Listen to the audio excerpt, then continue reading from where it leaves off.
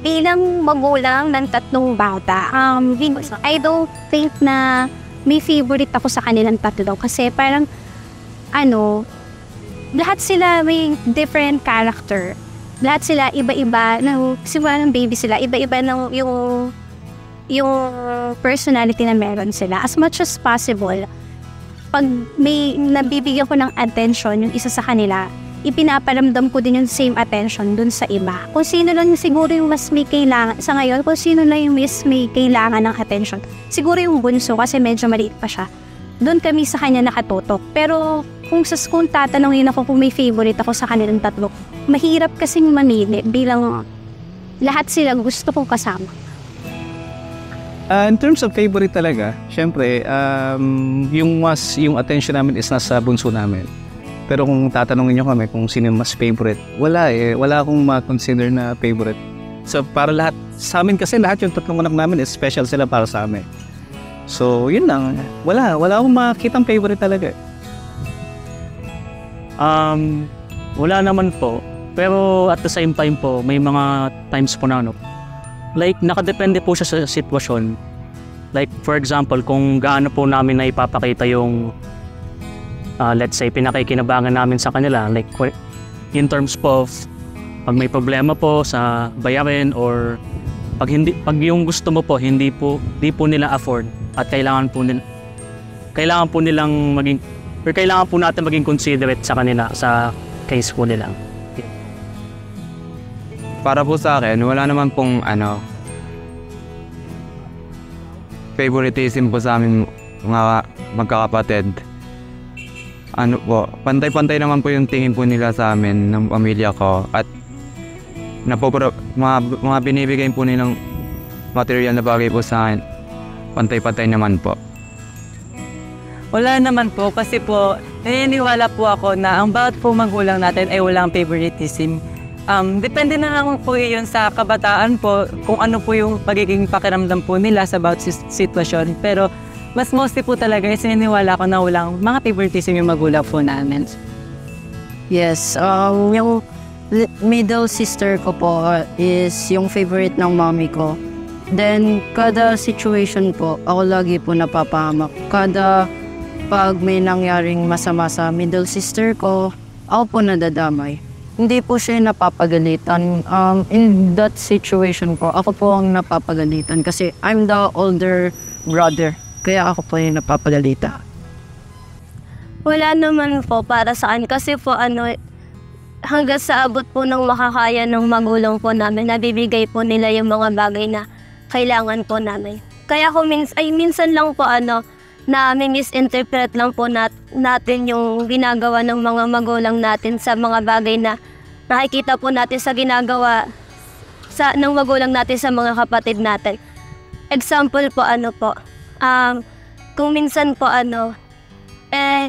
may kapatid ka po tapos parang gusto mo rin po ng cellphone. Yung kapatid mo parang mas nangangailangan po siya ganun. Tapos hindi mo naman po alam. Tapos nakita mo po na yung magulang mo nabilhan yung kapatid mo. So parang iisipin mo na lagi na lang si kuya, si ate, ganun. Hindi mo po alam na kaya lang naman po ginawa ng magulang mo po yan kasi kailangan po ng kapatid mo. For example po sa pag-aaral, ganun, kasi magka-college na po, ganun po. Kaya minsan nasa sitwasyon po talaga.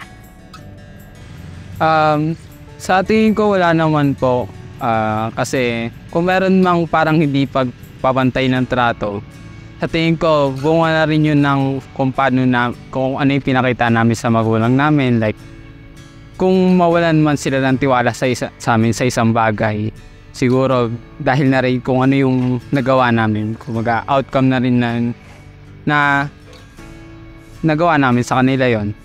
Kaya kumbaga na rin yung consequence. Di naman namin masisisi yung magulang namin na hindi nila kami pagkatiwalaan sa isang bagay. At ayun, sa tingin ko wala naman po. Equal treatment. Ito ay karaniwang iniuugnay sa workplace o sa trabaho. Kapag may equal treatment, walang diskriminasyon laban sa edad, nationality, gender at religion. Pero ano kaya ang sinasabi sa Biblia tungkol sa pantay na pagtrato? Kailangan makita mo yung espiritu ng Diyos na nasa Biblia. Yung espiritu na yun nasa salita. Na yung espiritu ng Diyos, daladala ni Kristo yon, 7 espiritu na meron siyang 7 sungay at 7 mata na siyang 7 espiritu ng Diyos. Isa sa mga espiritu na yon, yung pagmamahal sa lahat, na kahit na yan patutot, kahit na yan ay mahirap, kahit na yan ay mayaman, kahit na yan ay mamumusong, mang-uusig, kahit na yan ay isang unano, lahat ng yon mahal ni Kristo. Pati yung babaeng Samaritana na playgirl, naka-6 na asawa, i-demonstrate ng espiritong nasa kanya yung pagtanggap sa kapwa.